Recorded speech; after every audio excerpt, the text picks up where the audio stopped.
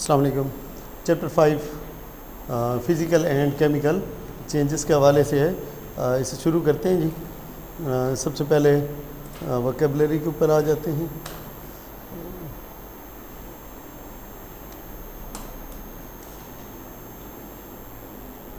Chemical reaction, chemical reaction किसे कहते हैं जी? A change in the chemical structure and composition of a substance. जब दो चीज़ें इस तरह से मिलें, जब दो चीज़ें इस तरह से आपस में मिलें, एक बिल्कुल ही नई चीज़ वजूद में आ जाए। क्या हो जाए जी? एक बिल्कुल नई चीज़ बन जाए, इसे कहते हैं केमिकल रिएक्शन। किसी भी केमिकल रिएक्शन को देखने के लिए कि हुआ है कि नहीं, तो ये देखना होता है कि जो चीज़ बनी है क्या जो एक्चुअल चीज़ है उससे डिफरेंट है कि नहीं है।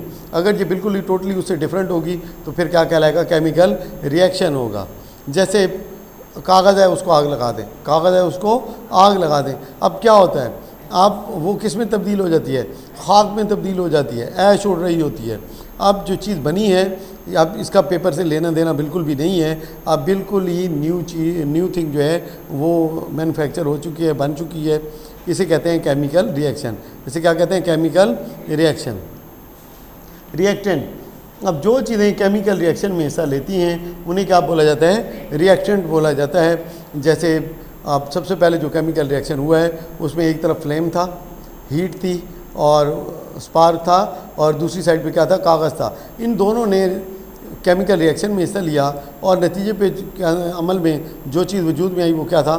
स्मोक है। क्या है? स्मोक है। साथ में आपको खाक नज़र आती है। तो जो चीज़ें फिर उसके नतीजे में केमिकल रिएक्शन के नतीजे में पैदा होती हैं उन्हें क्या कहते हैं? प्रोडक्ट कहते हैं। उन्हें क्या कहते हैं? प्रोडक्ट कहते हैं। जो चीज़ें एक्शन में हिस्सा लेती हैं वो रिएक्टेंट कहलाती हैं। जो रिएक्टेंट होती हैं हमेशा केमिकल इक्वेशन के लेफ़्ट साइड पे होती हैं और प्रोडक्ट होती है हमेशा राइट साइड पे होती है। फर्दर हम देखेंगे तो इंशाल्लाह आपको पता चल जाएगा।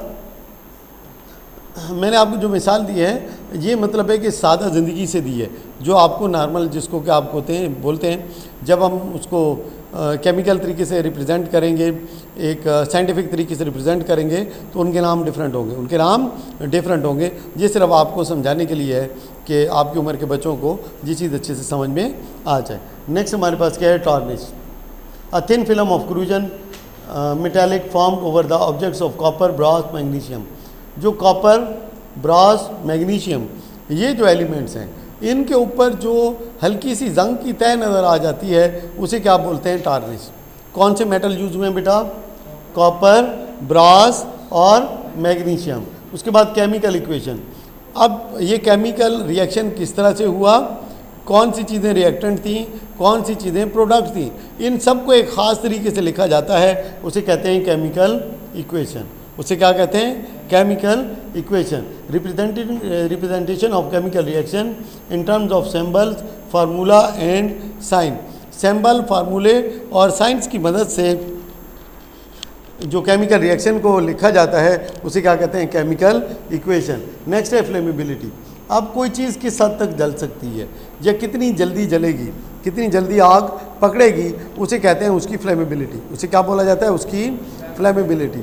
जैसे देखें, अगर हम लकड़ी को ले लें, अब लकड़ी को आग जल्दी पकड़ लेगी, उसके मुकाबले में अगर हम लोहे को ले लें, आयरन को ले लें, तो उसको आग आराम से लगेगी। इसी तरह से अगर हम कागज़ को ले लें तो कागज़ लकड़ी से भी ज़्यादा तेज़ी से जलेगा। तो अब कोई चीज़ कितनी जल्दी आग पकड़ लेती है उसे कहते हैं उस चीज़ की फ्लेमेबिलिटी। आगे चलें। Physical and chemical changes are associated with the structure of substances. ये एक एमसीक्यूज है, ठीक है। फिजिकल और केमिकल चेंज का ताल्लुक बेटा किस चीज़ के साथ है? स्ट्रक्चर, सब्सटेंस के स्ट्रक्चर के साथ है। किसी भी सब्सटेंस के स्ट्रक्चर के साथ इसका ताल्लुक होता है। अच्छा, उसके बाद a change during which the structure of a substance does not change. जब स्ट्रक्चर चेंज ना हो इसे कहते हैं फिजिकल चेंज, और अगर स्ट्रक्चर चेंज हो जाए तो क्या कहलाती है? Chemical change. ये सारे एमसीक्यूज आपके टेस्ट के अंदर शामिल होंगे जब आप टेस्ट देंगे तो, ठीक होगी बात। नेक्स्ट क्या है? What is the structure of water. देखिए वाटर के अंदर यहाँ पे देखिए हमारे पास क्या है? Structure of water. देखिए जो पानी है यहाँ पे आपको एच नज़र आ रहा है, इसका क्या मतलब है? एच किस चीज़ को रिप्रेजेंट करता है बेटा? हाइड्रोजन को, यहाँ पे दूसरा H मौजूद है और यहाँ पे क्या मौजूद है, O मौजूद है। इसका मतलब क्या हुआ, हमारे पास H कितने हैं, 2, तो इसको ऐसे लिखेंगे H2 और फिर ये क्या हो गया O। तो पानी का स्ट्रक्चर क्या कहलाता है बेटा, H2O, जिसमें हाइड्रोजन के 2 मॉलिक्यूल ऑक्सीजन के 1 मॉलिक्यूल के साथ मिलके रिएक्ट करते हैं, इसे क्या कहते हैं, वाटर। तो वाटर का नाम क्लियर हो गया। वाटर का क्या नाम है, H2O। क्या नाम है, H2O। What happens to the water on heating it strongly, जब हम इसको स्ट्रांगली हीट करते हैं तो ये किस में तब्दील हो जाता है बेटा, स्टीम में तब्दील हो जाता है। ये भी एक MCQs है, ख्याल रखिएगा। उसके बाद what is structure of steam, अब स्टीम भी सेम ही है, स्टीम भी सेम ही है, क्या स्ट्रक्चर में तब्दीली हुई, नहीं हुई। इसका मतलब है वाटर और स्टीम, वाटर से क्या चीज़ बनी है, स्टीम बनी है। तो ये कौन सी चेंज है, फिजिकल चेंज है, क्योंकि स्ट्रक्चर क्या रहा है बेटा, सेम रहा है। क्या रहा है, सेम रहा है। नेक्स्ट देखते हैं। अच्छा जी, आप पानी को ठंडा किया तो ये क्या बन गई, आइस। अब आइस का स्ट्रक्चर क्या है, सेम है, तो ये भी क्या होगी, एक फिजिकल चेंज होगी। बात क्लियर हुई कि नहीं हुई। What happens to the water when electric current is pass through it, जब इसमें से हम बिजली गुजार देते हैं, पानी में से क्या गुजार देते हैं, बिजली गुजार देते हैं। तो जनाब अली, अब ये हाइड्रोजन गैस अलहदा हो गई और ऑक्सीजन गैस इसमें से अलहदा हो गई। इसको क्या कहते हैं, कौन सी चेंज है जी, केमिकल चेंज है।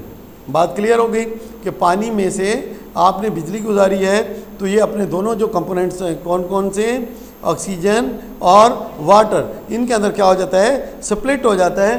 तो इसे क्या कहते हैं, ये कौन सी चेंज है, केमिकल चेंज है, क्योंकि ये पहले वाली चीज़ नहीं रही, अब ये चीज़ क्या बन गई है, बिल्कुल ही डिफरेंट बन गई है। Physical and chemical changes. अब ये एक फिजिकल चेंज का पूरा साइकिल है। फिजिकल चेंज का क्या है, पूरा साइकिल है। कहाँ से शुरू करें हम इनसे, यहाँ से शुरू कर देते हैं, यहाँ से शुरू कर देते हैं।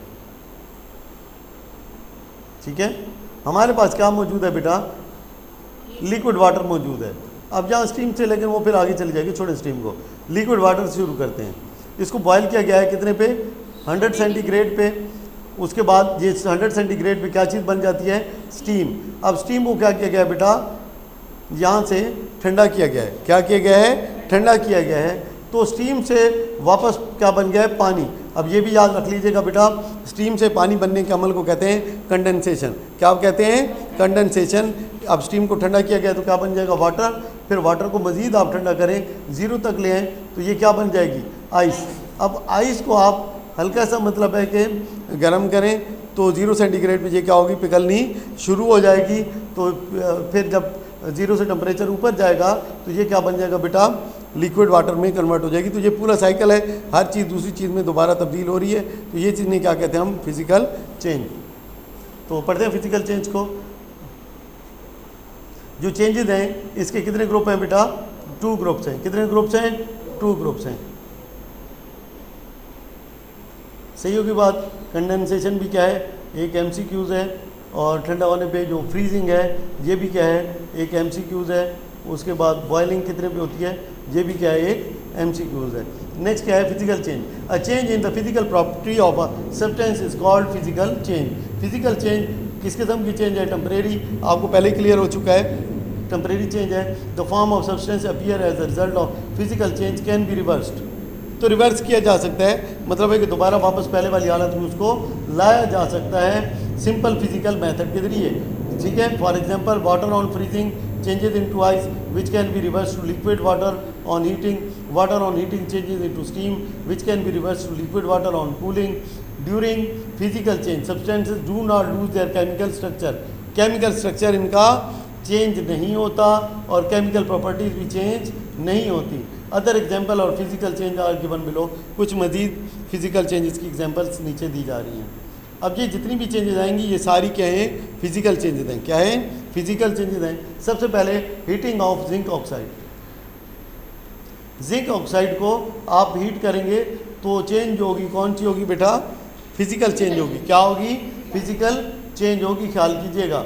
अच्छा जी, क्या होता है इसके अंदर, जिंक ऑक्साइड को क्या है, वाइट सॉलिड सब्सटेंस है। सही है, किस किस्म। अब मैं सिर्फ निशान नीचे लाइन ही लगाऊंगा, MCQ नहीं लिखूंगा, बार बार लिखना टाइम ज़्यादा लगता है। Zinc oxide is white solid substance. किस किस्म का सब्सटेंस है जी? वाइट कलर का है। जब इसको गर्म किया जाता है तो ये वाइट से कौन सा कलर बन गया है जी? येलो में बन गया है। और जब इसको आप ठंडा करेंगे तो कौन सा कलर बन जाता है दोबारा? वाइट। तो ये जो चेंज ऑफ कलर है ये कौन सी चेंज है? फिजिकल चेंज है, क्योंकि टेम्परेरीली हुआ और वापस अपनी जगह पे वापस आ गया।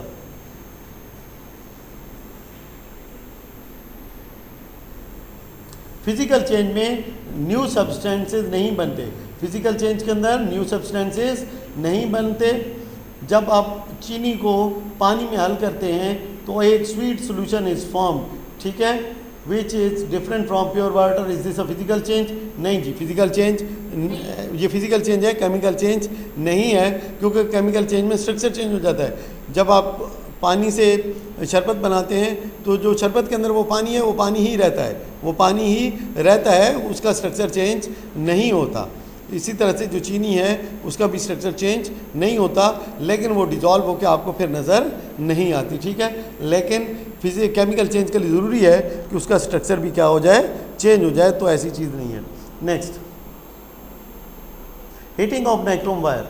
हीटिंग ऑफ नाइक्रोम वायर, तो नाइक्रोम हमने जिंक पढ़ा था, जिंक का कौन सा कलर था फाद आप बताएं? वाइट। और जब गर्म किया तो क्या हो गया था? येलो। ये कौन सी चेंज है? नेक्स्ट हमारे पास है नाइक्रोम वायर, ये सिल्वर ग्रे है। कौन सा रंग है बेटा? सिल्वर ग्रे है। जब आप इसको गर्म करते हैं तो सबसे पहले क्या हो जाती है? रेड हॉट, और फिर क्या हो जाती है? White hot. ठंडा करें वापस क्या हो जाएगी? सिल्वर ग्रे हो जाएगी। ये क्या है जी? नाइक्रोम वायर है। ये भी कौन सी चेंज है? फिजिकल चेंज है। क्या है? फिजिकल चेंज है। उसके बाद आप नेक्स्ट देखते हैं जी, आप सॉल्ट और वाटर को आपस में हल करें, ठीक है। पानी के अंदर आप किसको हल कर देते हैं? सॉल्ट को हल कर देते हैं। सॉल्ट मिक्स हो जाता है, नज़र नहीं आता, नज़र नहीं आता। लेकिन पानी को अगर आप चखें तो क्या नमक का जायका आएगा? नहीं आएगा? आएगा, ठीक है ना। नमक उसके अंदर मौजूद होता है, नमक उसके अंदर मौजूद होता है। अगर नमक आपको दोबारा वापस चाहिए तो फिर पता है क्या करेंगे? आप पानी को गर्म करें, उस पानी को सोल्यूशन को क्या करें? गर्म करें। उसमें से पानी उड़ के भाप बन के उड़ जाएगा और सिर्फ आपके पास क्या बच जाएगा? नमक बच जाएगा। और अगर पानी भी चाहिए और पानी भी वापस चाहिए तो फिर क्या करना है? उसको किसी ऐसे बर्तन में गर्म करें जिसके ऊपर एक पाइप लगा दें। क्या लगा दें? पाइप लगा दें। और उस पाइप का एक दूसरे बर्तन के अंदर उस पाइप को डाल दें। बात समझ रहे हैं? जहाँ पे वो क्या हो जाएगा? वो ठंडा हो जाए। और बीच में उसको दरमियान में आप क्या रख दें? कोई ऐसा मैकेनिज़्म रख दें कि पानी वहाँ तक जब ये स्टीम पहुँचे तो क्या हो जाए? दूसरे बर्तन पहुँचे तो क्या हो जाए? ठंडी हो जाए। जब पानी ठंडा होगा, हल्का सा भी ठंडा होगा, तो वो क्या हो जाएगा? वापस किस में कन्वर्ट हो जाएगा?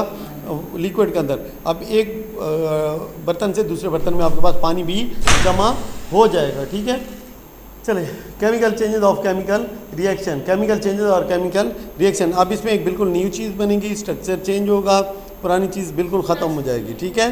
तो इसे कहते हैं केमिकल रिएक्शन। ये थोड़ा डिटेल्ड है, लेट्स सी देखते हैं इसको। अ चेंज इन chemical properties, chemical properties change होंगी, इसे कहते हैं chemical change. As chemical properties are associated with the chemical structure of a substance, hence a change in chemical structure of a substance or substances which result into new kind of substances with different properties is called a chemical change or chemical reaction। वो सारी वही बातें जो मैं आपको पहले बता चुका हूँ, ठीक है, कि जब केमिकल चेंज होगी तो रिएक्शन क्या होगा? चेंज होगा। क्या होगा? रिएक्शन के अंदर चीज़ें नई बनेंगी। क्या बनेंगी? नई चीज़ें आपको वजूद में नज़र आते हुए, वजूद में आते हुए आपको नज़र आएंगी। स्ट्रक्चर क्या होगा? चेंज हो जाएगा। न्यू थिंग क्या होगी? फॉर्म्ड हो जाएगी। उसके बाद है during chemical changes entirely new substance with different physical properties भी चेंज होती हैं, केमिकल प्रॉपर्टीज़ भी चेंज होती हैं। उसके बाद the new substance can not be reversed into their original form by simple physical method. अब एग्जांपल दी गई हैं, रस्टिंग ऑफ आयरन, ये क्या है बेटा? केमिकल चेंज है। बर्निंग ऑफ फ्यूल, ये क्या है? केमिकल चेंज है। फूड आप खाते हैं वो डाइजेस्ट हो जाता है, ब्लड के अंदर शामिल हो जाता है, कुछ वेस्ट में निकल जाता है, ये भी कौन सी चेंज है बेटा? केमिकल चेंज है। Are the example of chemical reactions और chemical changes. The things which take part in chemical reaction are called reactant, जो चीज़ें इसमें हिस्सा लेती हैं काम के होने में, उन्हें कहते हैं रिएक्टेंट। और जो नई चीज़ बनती है उसे क्या बोला जाता है? प्रोडक्ट। अब यहाँ पे अगर आप देखें, यहाँ पे क्या है? कार्बन है, कार्बन का सैंपल C है, ऑक्सीजन का सैंपल O है। कार्बन और ऑक्सीजन आपस में मिलते हैं तो क्या चीज़ बन जाती है? CO2 plus heat. ओके जी, हम देख रहे हैं अब यहाँ पे कार्बन है और यहाँ पे क्या है? ऑक्सीजन है। अब इससे जो चीज़ बनी है इसे बोलते हैं CO2। ये किस चीज़ का फार्मूला है बेटा?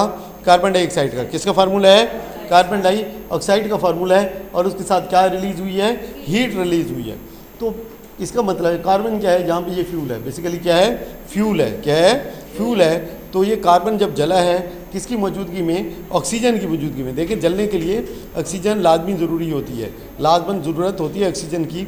जब कार्बन ऑक्सीजन की मौजूदगी में जली है तो क्या चीज़ पैदा हुई है बेटा? कार्बन डाइऑक्साइड और प्लस हीट। तो ये जो चीज़ें हैं ये पूरी की पूरी क्या कहलाती है? Chemical equation.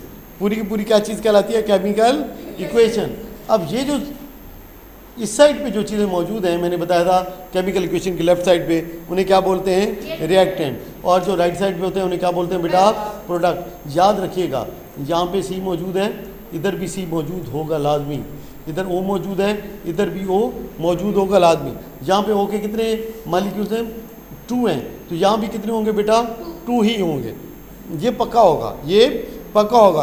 कोई एक्स्ट्रा सैंपल नज़र नहीं आएगा आपको, ना कोई कम होगा। अगर यहाँ पे फ़र्ज़ करें H होता तो इधर भी H होना था, चाहे जिसके साथ भी लगा होता H ने लाजमी होना था।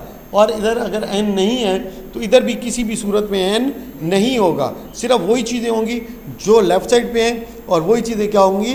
राइट साइड पे। लेकिन बनेगी क्या? डिफरेंट चीज़ें बनेगी। क्या? डिफरेंट चीज़ें, लेकिन एलिमेंट वही होंगे, एलिमेंट वही होंगे। और नंबर ऑफ़ एटम या मालिक्यूल हैं वो भी सेम ही होंगे, वो कम या ज़्यादा नहीं हो सकते।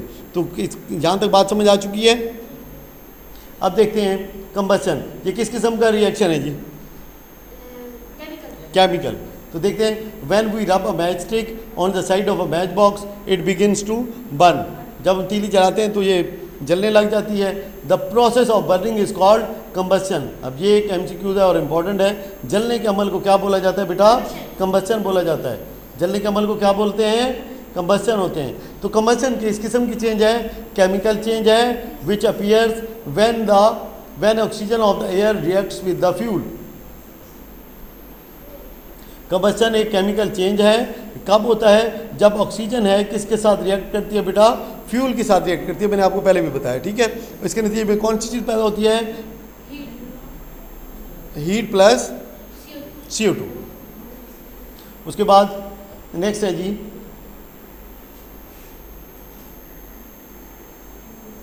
यहाँ पे कुछ एक्टिविटी गिवन है। इसका ऐसा सच आपके पेपर से कोई लेना देना नहीं है, ठीक है। नेक्स्ट क्या है? इंक्वायरी। अच्छी जब बर्निंग, अब एक छोटा सा सवाल है यहाँ पे कि जो बर्निंग कैंडल है क्या है? एक तो है कि oxygen is needed in combustion, ठीक होगी बात। Second, the burning candle extinguishes. Extinguishes का मतलब होता है बुझ जाना, होल्ड ऑन, ठीक है। कि जो बर्निंग कैंडल है ये बुझ जाती है। वजह क्या हो सकती है? Carbon dioxide of the air is cut off. तो क्या कार्बन डाइऑक्साइड की वजह से जल रही थी? तो बात है नहीं, बात है नहीं। उसके बाद oxygen of the air is cut off. तो ऑक्सीजन यहाँ पे रिक्वायर्ड है, ऑक्सीजन यहाँ पे बर्निंग के लिए रिक्वायर्ड है। अगर ऑक्सीजन नहीं होगी तो इसका मतलब क्या है कि वो जो कैंडल होगी क्या हो जाएगी? बुझ जाएगी। तो ये दुरुस्त जवाब है। नाइट्रोजन, इससे कोई लेना देना नहीं है कंबशन का, और वाटर से भी कोई लेना देना नहीं है। यहाँ हम देख चुके हैं, यहाँ हम देख चुके हैं जो चीज़ें इन्वॉल्व हैं वो क्या है? कार्बन है और ऑक्सीजन है। क्या चीज़ है? कार्बन है और ऑक्सीजन है। अब इनमें से जो भी चीज़ रिमूव होगी तो वो दूसरी क्या होगा? वो प्रोडक्ट नहीं बनेगी, फिर प्रोडक्ट नहीं बनेगी। Next we have rusting. ये नज़र आ रहा है? क्या लगा हुआ है? जंग लगा हुआ है, ठीक है। इसे क्या बोलते हैं? रस्टिंग बोलते हैं। क्या बोलते हैं? Rusting. It is our general observation that things made of iron, कि जो लोहे से चीज़ें बनी होती हैं गेट रस्टेड, उनके वो रस्ट का शिकार हो जाती हैं if placed in open air for a few days. अगर उनको चंद दिनों के लिए ओपन एयर में रख दिया जाए तो वो क्या होगा बेटा? जंग का शिकार हो जाएंगी। Rusting is a chemical change. ये एक केमिकल चेंज है during which oxygen in the moist air, जो ऑक्सीजन होती है हवा के अंदर, हवा के अंदर क्या होती है? ऑक्सीजन होती है, वो रिएक्ट करती है आयरन के साथ। क्या करती है? आयरन के साथ। अब आयरन का जो सैंपल है वो Fe है, याद रखिएगा। आयरन का सैंपल क्या है बेटा? Fe है। ये सवाल पेपर में भी पूछा जा सकता है। आयरन का सैंपल क्या है? Fe है। तो ये जब उसके साथ, अब यहाँ पे देखते हैं फिरस, ये क्या है? फिरस है और फेरस कहते हैं। क्या बोलते हैं इसको? फेरस, आयरन को क्या बोला जाता है? फेरस। तो ये किसके साथ रिएक्ट कर रही है बेटा? O2 के साथ। मॉइस्ट एयर में O2 के साथ रिएक्ट करेगी तो ये क्या बन जाएगा? Fe2O3। अब यहाँ पे इसको बैलेंस नहीं किया गया है, इसको बैलेंस नहीं किया गया है, ये बैलेंस के बगैर है, ये बैलेंस के बगैर है, तो इसको बैलेंस कर लेते हैं। लेट्स सी, हमारे पास ऑक्सीजन यहाँ पे कितनी है? 2 है, यहाँ पे कितनी है? 3 है। तो मैं इस तरह करता हूँ, इसको 3 से मल्टीप्लाई कर देता हूँ और इसको 2 से मल्टीप्लाई कर देता हूँ। अब ऑक्सीजन कितनी हो गई है? 3 2 ने 6, 3 2 इज 6, और यहाँ पे कितनी हो गई है? 3 2 इज 6। अब फेरस को देखते हैं। अब फेरस यहाँ पे कितना है बेटा? 2 इधर है और 2 से मल्टीप्लाई हो रहा है, तो 2 2 इधर कितना हो जाएगा? 4। तो यहाँ पे हम क्या लिख देंगे? 4। अब ये बैलेंस हो गया, अब ये बैलेंस हो गया। एक्चुअल ये इस तरह से लिखा जाएगा, एक्चुअल ये इस तरह से लिखा जाएगा, क्योंकि दोनों साइडों के ऊपर नंबर्स का बराबर होना ज़रूरी है। क्या आप जब ये बता सकते हैं यहाँ पे कितने एलिमेंट हिस्सा ले रहे हैं इस सेक्शन में? कितने एलिमेंट हैं यहाँ पे? नहीं, सिर्फ इसके अंदर ये जो फार्मूला बना हुआ है Fe2O3, Fe2O3, यहाँ पे कितने एलिमेंट मौजूद हैं टोटल? कौन कौन से ज़रा बताएं। हाँ, कितने कितने यहाँ पे? 4 हैं। कमान यार, देखो तो सही ना यार, इसको देखो बेटा।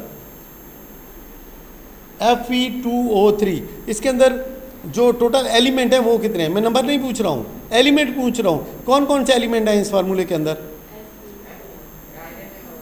आयरन है और शाबाश। तो टोटल कितने एलिमेंट हैं इसके अंदर? 2।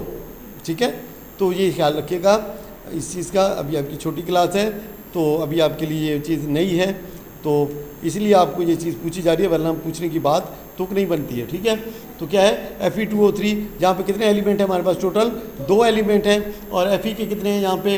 और O3 के ये एटम है। ये क्या है? एटम या मालिक्यूल, एटम या मालिक्यूल। कुछ चीज़ें एटम के तौर पे और कुछ मालिक्यूल के तौर पे एग्जिस्ट करती हैं, उसके ऊपर जब बात आएगी तो तब बात करेंगे।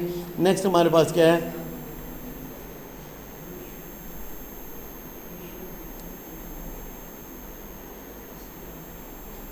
अगर एयर मॉइस्ट होती है, क्या होती है बेटा? एयर मॉइस्ट होती है, मतलब उसमें मॉइस्चर ज़्यादा है, उसमें मॉइस्चर, जिस एयर में मॉइस्चर ज़्यादा होगा वो जंग ज़्यादा लगेगा। जंग क्या लगेगा? ज़्यादा लगेगा। जैसे कराची वगैरह है, वहाँ पे जंग क्या लगेगा? ज़्यादा लगेगा। एयर समुंदर की वजह से क्या होती है? मॉइस्ट होती है, नमी ज़्यादा होती है। लेकिन जो डेजर्ट वगैरह हैं वहाँ पे एयर ड्राई होती है, वहाँ पे एयर ड्राई होती है, तो वहाँ पे जंग लगने के चांसेस काफ़ी कम होते हैं। ठीक है, नेक्स्ट हमारे पास tarnishing. Next we have tarnishing. अब अगर यहाँ से मैं दे लूँ, देखिए अगर ये ऑक्सीजन ख़त्म कर दी जाए तो क्या ख्याल है? फिर जंग लगेगा, क्योंकि इस प्रोडक्ट के बनने के लिए ज़रूरी है यहाँ पे कि यहाँ पे आयरन भी हो और यहाँ पे ऑक्सीजन भी मौजूद हो। Tarnishing, chemical reaction of oxygen with other substances is called oxidation. जब ऑक्सीजन दूसरी चीज़ों के साथ रिएक्ट करती है, इस प्रोसेस को क्या बोला जाता है? ऑक्सीडेशन। इंपॉर्टेंट MCQs है कि जब ऑक्सीजन दूसरी चीज़ों के साथ रिएक्ट करती है, इस प्रोसेस को क्या बोलते हैं हम? ऑक्सीडेशन बोलते हैं। अच्छा जी, कंबशन हमने कहा केमिकल प्रोसेस, रेस्टिंग क्या? Chemical process. और ये किस चीज़ की मिसालें हैं? ऑक्सीडेशन की मिसालें हैं। कंबशन में ऑक्सीजन किस चीज़ के साथ रिएक्ट करती है? कार्बन के साथ। किसके साथ?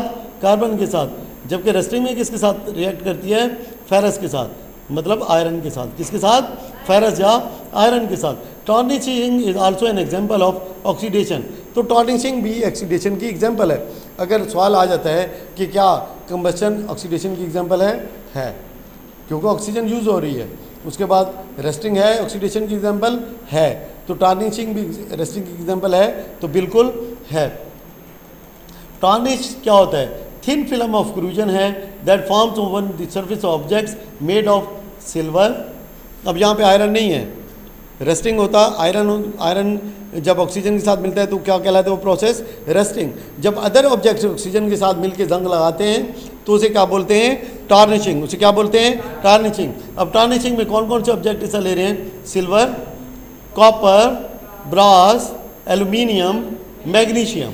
कुछ और भी हैं लेकिन ज़्यादा इंपॉर्टेंट यही हैं, पढ़िएगा ज़रा। कौन कौन से हैं? Silver, copper, brass, aluminium and magnesium. जब ये ऑब्जेक्ट और ऑक्सीजन आपस में मिलके ऑक्सीडेशन होती है तो इस प्रोसेस को क्या बोला जाता है? टार्निशिंग। क्या बोला जाता है? Tarnishing. The thin layer form on the objects by tarnishing is dull black. Dull का मतलब डार्क ही होता है, ब्लैकिश काले रंग की होगी, ग्रेइश या ग्रेइश होगी। डल मतलब है कि ब्लैक डार्क कलर की होगी, ब्लैकिश काले से रंग की होगी, या ग्रे से कलर की हो सकती है। Tarnishing happens when atmospheric oxygen reacts with these substances. जब it also occurs when non metals other than oxygen, जैसे क्या है? Sulphur react with the outer surface of the metal object. ये सिर्फ ऑक्सीजन तक महदूद नहीं है, ये सिर्फ ऑक्सीजन तक महदूद नहीं है। अगर सल्फर भी इन ऑब्जेक्ट के साथ रिएक्ट करे तो क्या बन जाती है बेटा? टार्निशिंग बन जाती है। अच्छा जी, अनलाइक क्रूजन और rust, tarnish is a surface phenomena. अब जो क्रूजन है या रस्ट है उसमें वो बिल्कुल अंदर तक चली जाती है। क्या चली जाती है? मेटल के अंदर तक चली जाती है। टार्निशिंग में ऐसा नहीं होता, ये सरफेस के ऊपर होती है। सरफेस को आप पॉलिश कर दें, सरफेस को आप रगड़ दें, नीचे से जो मेटल निकलेगा वो क्या होगा? ठीक होगा। लेकिन जब जंग लग गया तो जंग अंदर तक चला जाता है। अब आप उसको रगड़ते रहें, नीचे भी जंग मेटल के अंदर मौजूद होगा। लेकिन टार्निशिंग में क्या होगा? ये सरफेस फिनोमिना है। क्या है? सरफेस फिनोमिना है, मतलब है कि ये सरफेस के ऊपर होगा। सिर्फ कहाँ पे होगा? सरफेस के ऊपरी सतह पे होगा। उसकी अगर आप रगड़ाई कर दें तो नीचे से मेटल जो निकलेगा वो क्या होगा? ठीक होगा। बात समझ लगी है नहीं लगी है? मैं आसान ज़बान में कोई बात करूँगा, आपको बात समझाई जाए। उसके बाद क्या है?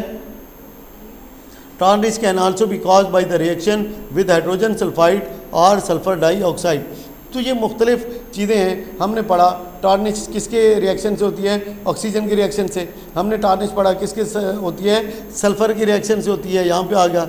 अब हाइड्रोजन सल्फाइड या सल्फ़र डाइऑक्साइड, अब ये चार चीज़ें हो चुकी हैं। कितनी चीज़ें हो चुकी हैं? चार चीज़ें। कौन कौन सी? ऑक्सीजन, सल्फ़र, हाँ जी, हाइड्रोजन सल्फाइड और सल्फ़र डाइऑक्साइड। दोबारा बोलेंगे, oxygen, sulphur, hydrogen sulphide and sulphur dioxide.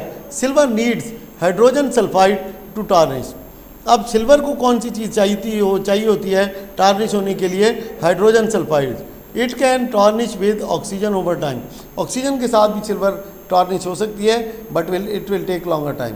लेकिन ये क्या लगेगा? लंबा टाइम लगेगा। लेकिन अगर हाइड्रोजन सल्फाइड के साथ आप इसको रिएक्ट कराएंगे तो टार्निश क्या हो जाएगा? क्विक होगा। क्या होगा? क्विक होगा। ये किस चीज़ की मैं बात कर रहा हूँ? सिल्वर की। तो लेट्स सी इसका रिएक्शन देखते हैं। सिल्फर, अब हाइड्रोजन सल्फाइड और क्या है? ऑक्सीजन। तो यहाँ से मिलके क्या बन रहा है? सिल्फर सल्फाइड प्लस वाटर। और ये कौन सा प्रोसेस है? ये टार्निशिंग का प्रोसेस है। ये कौन सा प्रोसेस है? टार्निशिंग का। ये सवाल इसी तरह से आएगा कि ये कौन सा प्रोसेस है?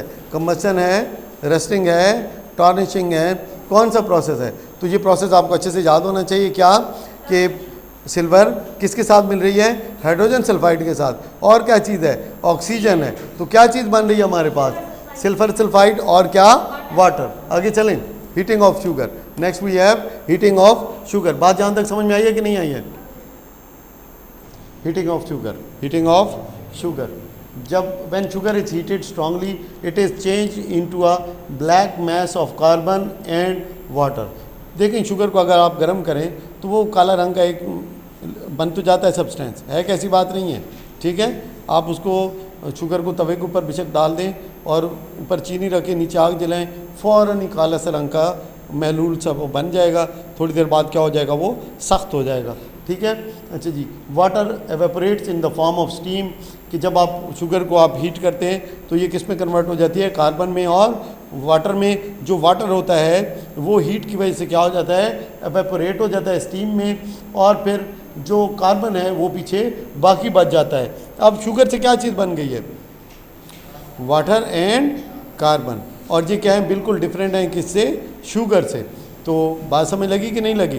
तो क्या कौन सी चेंज होगी? ये केमिकल चेंज होगी और इसको वापस दोबारा शुगर में कन्वर्ट नहीं किया जा सकता। अब देखें, ये शुगर का फार्मूला है, आपको आना चाहिए C12H22O11। अब इसको हीट किया गया है। क्या किया गया बेटा? हीट किया गया है। तो हमारे पास क्या आ गया?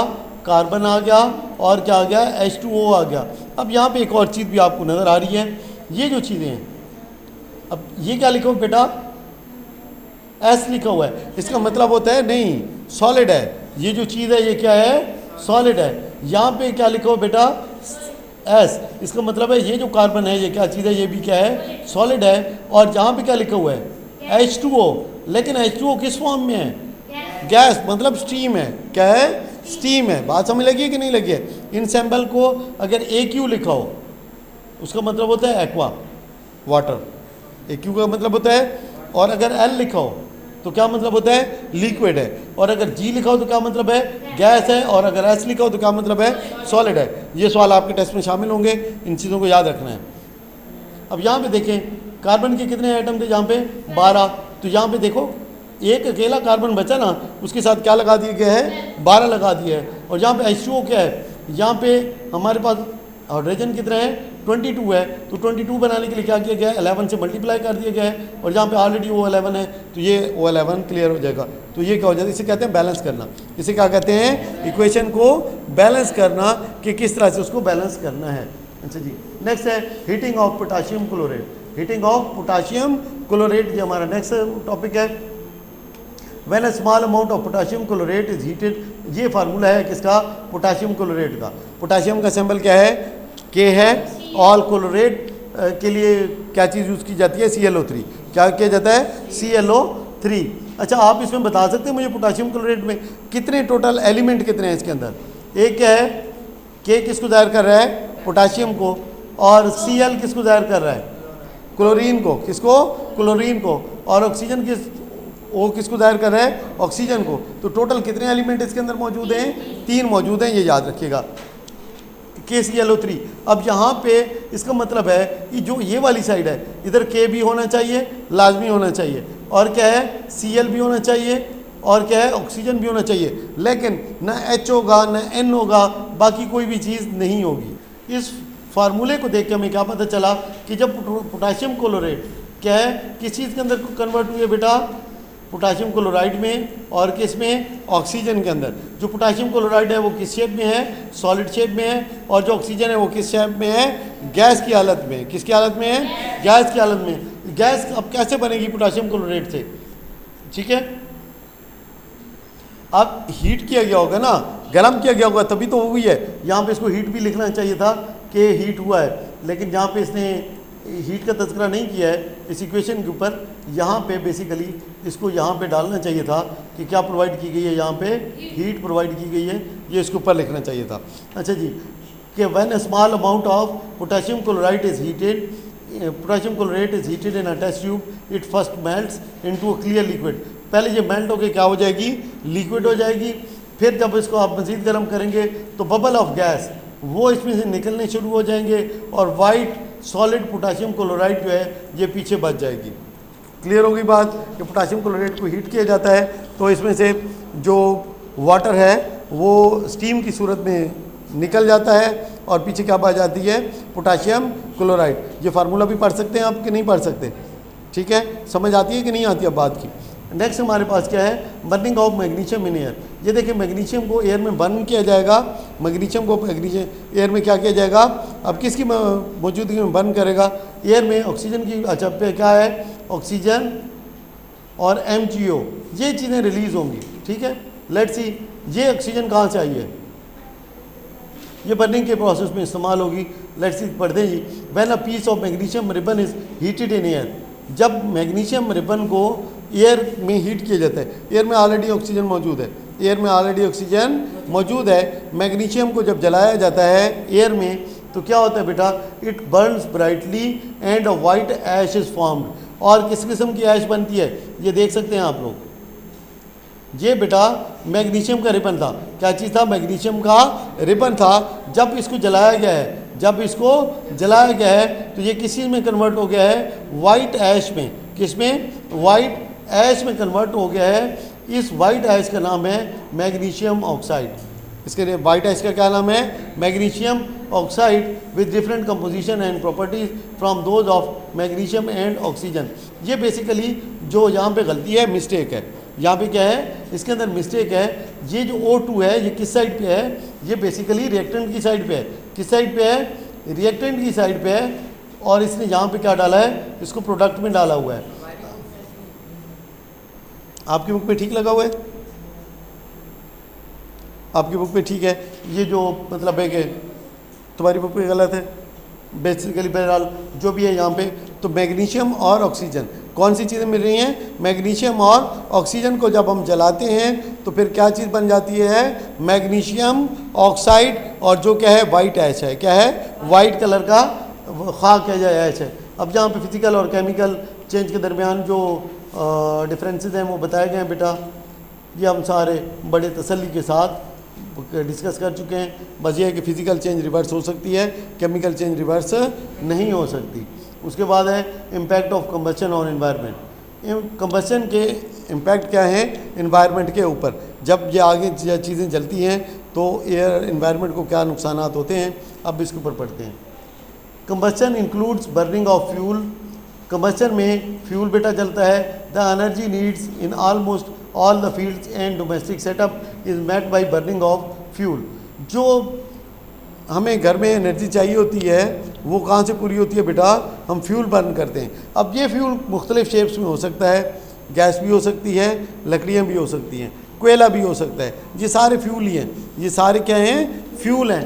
क्या होता है इससे, on the other side the gas emission during burning of fuel is the primary source of environmental pollution. तो ये भी इम्पोर्टेंट MCQs है कि जो ये बर्निंग होती है उसके नतीजे में जो गैस रिलीज़ होती है उससे क्या होती है, एनवायरमेंटल पोल्यूशन होती है। एनवायरनमेंट क्या होता है, पोल्यूटेड हो जाता है, माहौल ख़राब होता है।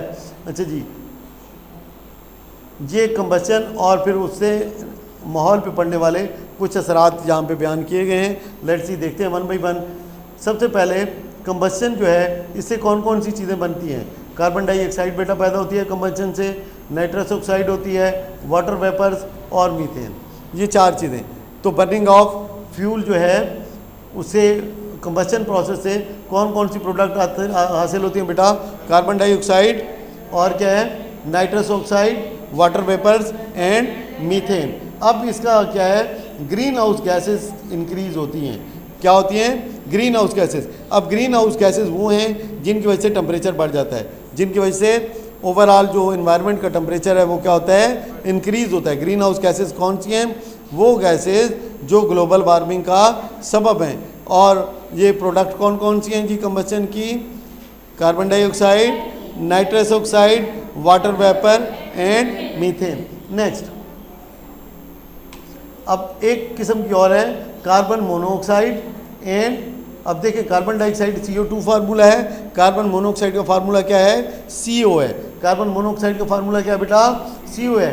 तो carbon monoxide and particulate dust suit और फ्यूम्स, ये जो आपको छोटे छोटे ज़रे हवा में उड़ते हुए नज़र आते हैं, डस्ट के, सूट के और क्या हैं जो फ्यूम्स होते हैं। जब फ्यूम्स होते हैं जो कि वैसे ही उड़ते रहते हैं, ठीक है, जले बगैर भी ये उड़ते रहते हैं पेट्रोल वगैरह से, उनको फ्यूम्स कहते हैं। तो कार्बन मोनोऑक्साइड, जब कार्बन मोनोऑक्साइड पैदा होती है तो ये कब पैदा होगी, इनकम्प्लीट कंबशन, जब चीज़ पूरी तरह से नहीं चलेगी तो क्या पैदा होता है, कार्बन मोनोऑक्साइड पैदा होती है।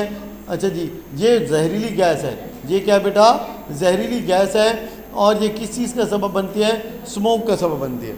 कार्बन मोनोऑक्साइड किस चीज़ का सबब बनती है बेटा, स्मोक।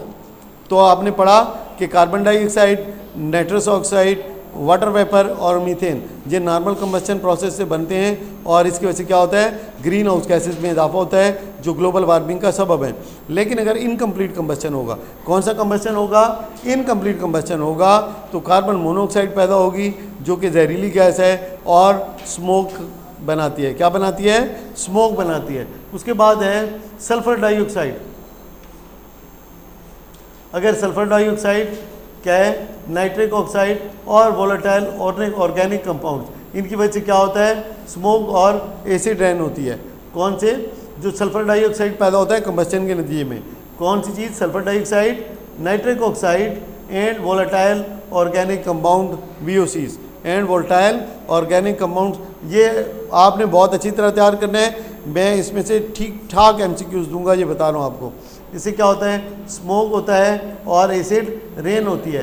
नेक्स्ट लेड और सल्फर ये ट्रेस एलिमेंट्स हैं, लेड और सल्फर। अब ये क्या, इससे क्या होता है, लेड और सल्फर से कैंसर होता है बेटा, लेड और सल्फर से क्या होता है, कैंसर होता है। पोटेंशियल कार्सिनोजेंस हैं। अब कार्सिनोजेंस वो चीज़ें हैं जो कैंसर का सबब बनती हैं। अच्छा जी, lead and sulfur are potential carcinogens. Their existence in environment causes fatal diseases like cancer. तो ये कौन सी दो चीज़ें थी, lead and sulfur।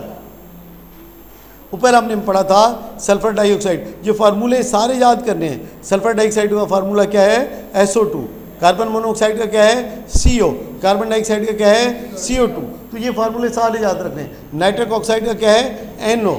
तो इससे क्या था, एसिड रेन एंड स्मोक। जबकि लेड और सल्फर से क्या होता है बेटा, कार्सिनोजेंस पैदा होते हैं और ये क्या है बेटा, कैंसर का सबब बनते हैं। नेक्स्ट हमारे पास क्या है, compounds of hydrogen with fluorine, chlorine, bromine and iodine. जब हाइड्रोजन के कंपाउंड किसके साथ बनते हैं, फ्लोरीन के साथ, क्लोरीन के साथ, ब्रोमीन के साथ और आयोडीन के साथ, तो पोटेंशियल कार्सिनोजेंस हैं। ये भी कैंसर का सबब बनते हैं और इसके साथ साथ ग्लोबल वार्मिंग भी इनकी वजह से हो सकती है या होती है। ये क्लियर हो गया, नहीं हो गया? देखें थोड़ा सा इसमें आपको याद करने वाली चीज़ें हैं। याद इसमें समझने वाली बात तो मेरे हाल भी इतनी ज़्यादा नहीं है, लेकिन याद रखने वाली चीज़ें इस टेबल के अंदर ज़्यादा हैं। Next we have chemical equation. Next chemical equation है। केमिकल इक्वेशन के ज़रिए ऊपर हम काफ़ी बातें कर चुके हैं और मेरा नहीं ख्याल कि इसमें कोई आपको नई चीज़ देखने को मिलेगी। सारी चीज़ें वही होंगी इंशाल्लाह जो पहले डिस्कस हो चुकी हैं। इसको पढ़ते हैं। The representation of chemical reactions in term of symbol, formula and science is called chemical equation. तो जो केमिकल रिएक्शन होता है उसको सिंबल, फार्मूले और साइंस की सूरत में रिप्रेजेंट करना क्या कहलाता है, केमिकल इक्वेशन। तो chemical equation is use to describe a chemical reaction. वही बात अब दूसरी तरीके से लिख दी गई है। In a chemical equation the formula are symbol of the reactant are written on the left hand side. जो रिएक्टेंट होते हैं और सिंबल उनके किधर लिखे जाते हैं, लेफ्ट हैंड साइड पे। और जो प्रोडक्ट होती है उसको किस पे लिखा जाता है, राइट हैंड साइड पे। The reactant and product are separated by an arrow. इन दोनों को अलग किया जाता है किसके साथ, एक एरो से, which is directed towards the product, जिसका मुंह किसकी तरफ होता है बेटा, प्रोडक्ट की तरफ होता है। ये एग्जांपल आपको गिवन है। इसका ये क्या है, ये सल्फर है, ऑक्सीजन है, तो SO2 ये गैस बन जाती है। ठीक है, यहाँ पे क्या है, ये सॉलिड है, गैस है, और ये क्या बेटा, गैस है, ये सल्फर डाइऑक्साइड है। In this chemical change sulphur and oxygen और कॉल्ड, ये रिएक्टेंट हैं। उसके बाद सल्फर डाइऑक्साइड क्या है, ये इसकी प्रोडक्ट है। इन the chemical equation of this reaction S जो है वो इंडिकेट करता है किसको, सॉलिड को, जी किसको इंडिकेट कर रहा है बेटा, गैस को। उसके बाद जो सल्फर डाइऑक्साइड है ये बिल्कुल मुख्तलिफ चीज़ है, किससे, सल्फर से और ऑक्सीजन से। सिमिलरली जब जिंक मेटल रिएक्ट करता है किसके साथ, हाइड्रोक्लोरिक एसिड के साथ। जिंक को हम किसके साथ बेटा खिला रहे हैं, हाइड्रोक्लोरिक एसिड के साथ। तो क्या बन रहा है हमारे पास, जिंक क्लोराइड बन रहा है और हाइड्रोजन गैस रिलीज हो रही है। ठीक है, तो ये इसका ये तरीक़ेकार है। क्लियर है कि नहीं है? सारी बातें वही थी ना जो पहले बताई हैं। उसके बाद क्या है, in this chemical change zinc और हाइड्रोक्लोरिक एसिड क्या है बेटा, रिएक्टेंट है। जिंक क्लोराइड और हाइड्रोजन क्या है, इसकी प्रोडक्ट्स हैं। अच्छा जी, एस किसको इंडिकेट कर रहा है बेटा, सॉलिड को।